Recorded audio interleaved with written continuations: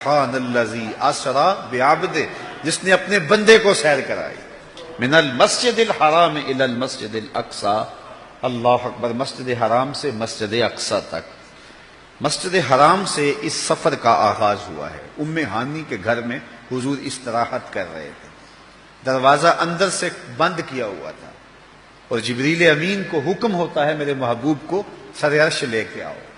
تو جبریل حاضر خدمت ہوئے تو دروازہ بند پایا، عرض گزار ہوئے مالک کیا کروں؟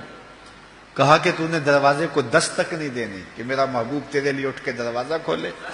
اللہ اکبر، تو مالک کیا کروں؟ کہا چھت سے سوراخ کرو، اور جبریل نے چھت سے سوراخ کیا اور وہاں سے سمٹ کے حضور کے قدموں میں آ بیٹھے۔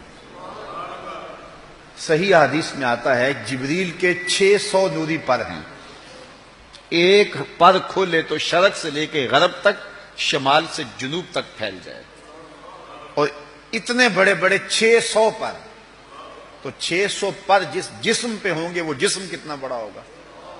معراج کی شب چھوٹے سے سوراخ سے آیا، دنیا کو بتایا کہ محبوبوں کے در پہ آئیں تو بڑے ہو کے نہیں چھوٹے ہو کے آیا کرتے۔ تیرے ہندیاں سندیاں محبوبہ، اگر آپ کی توجہ ہو تو، تیرے ہندیاں سندیاں محبوبہ، میں کافر ہوا جے میں ہوا۔ اپنے وجود کی جب تک نفی نہیں نہ کی جاتی کچھ ملتا ہی نہیں ہے۔ جبریل سمٹ کے حضور کے قدموں میں آ بیٹھا، محبوب اب بھی سوئے ہوئے۔ اللہ اکبر، تبارک اللہ، شان تیری تجھی کو زیبا ہے بے نیازی، کہیں پہ جوش لن ترانی، کہیں تقاضے وصال کے، کوئی کوہ طور پہ جا کے کہہ رہا ہے رب ارنی انظر الیک، مالک دیکھنا چاہتا ہوں نقاب اٹھا دے۔ جواب ہوتا ہے نہیں نہیں تم نہیں دیکھ سکتے، اور ادھر محبوب سویا ہے، جبریل حاضر خدمت کھڑا ہے، محبوب اٹھو رب انتظار کر رہے ہیں۔ وہ جبریل قبل قدمہ، میرے محبوب کے قدم چوم لے۔ تو جبریل نے اپنے کافوری ہونٹ حضور کے قدموں پہ رکھ لیے۔ قبل تفعیل ہے، تفعیل کثرت ماخذ چاہتا ہے، یعنی اس کا معنی یہ نہیں کہ ایک بار چوم، اس کا معنی ہے بار بار چوم۔ تو جبریل حضور کے قدم چوم رہے ہیں۔ بشرط چادر تان کے ستا، نور چمے پیا تلیاں، بشرط چادر تان کے ستا، نور چمے پیا تلیاں، جس دی خاطر سجیاں ہویاں نے عرش بری دیاں گلیاں۔ بشرط اگے ود دا ہی جاوے، نوری رہ گیا تھلے، جس ویلے انہوں ود دیاں ویکھیا، آکے بلے بلے بلے، کوئی حد ہے ان کے عروج کی، بلغ العلاب کمال۔ حضور علیہ السلام کو ام ہانی کے گھر سے حتیم میں لایا گیا، صحیح حدیث ہیں۔ حتیم میں لا کر حضور کے صدر انور کو چاک کیا گیا، اور قلب اطہر حضور کے سینے سے نکال کر کے ایک تشتری میں رکھ کے آب زمزم سے غسل دیا گیا، اور حضور فرماتے ہیں یہ سارا منظر میں کھلی آنکھوں سے دیکھ رہا ہوں۔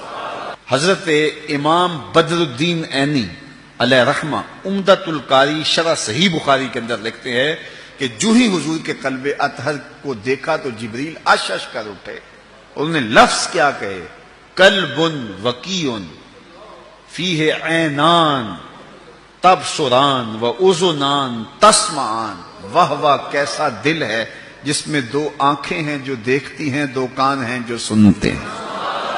حضور کا دل عام لوگوں کے دلوں کی طرح نہیں ہے۔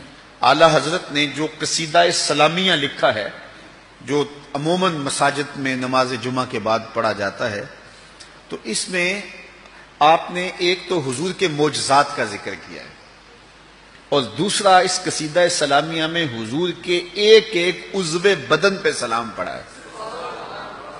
کبھی انگلیوں پہ سلام، نور کے چشمے لہرائیں دریا بہیں، انگلیوں کی کرامت پہ لاکھوں سے۔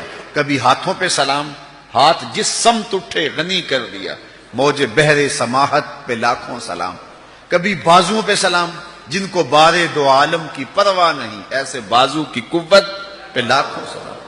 کبھی ہونٹوں کو سلام، پتلی پتلی گلے قدس کی پتیاں، ان لبوں کی نزاکت پہ لاکھوں سلام۔ کبھی حضور کے سر انور کو سلام، جس کے آگے سرے سربراہ خم رہے، اس سرے تاج عزت پہ لاکھوں سلام۔ ایک ایک عضو بدن پہ سلام پڑا ہے۔ تو ایک ایک عضو پہ سلام پڑھتے پڑھتے جب اعلی حضرت حضور کے دل پہ آئے تو اعلی حضرت کا قلم رک گیا، اور اب اعلی حضرت کی یہاں بولی دیکھیے، یہاں آئے تو بولے دل سمجھ سے ورا. ایک ایک عضو کی بات کی ہے، احادیث بھی ملتی ہیں، اب حضور کے دل کے بارے میں کیا لکھوں؟ اعلی حضرت بولے دل سمجھ سے ورا، مگر یوں کہوں غنچائے راز وحدت پہ لاکھوں سلام. یہ اللہ کے رازوں کا امین ہے حضور کا قلب اطہر. اللہ اکبر. کائنات کی سب سے بڑی حقیقت حضور کا قلب اطہر، وہ دل جس میں خدا کے جلوے سموئے ہوئے ہیں. اللہ اکبر. حضور فرمایا تنام عینایا ولا ینام قلبی. لوگوں سنو، میری آنکھیں سوتی ہیں، میرا دل نہیں سوتا.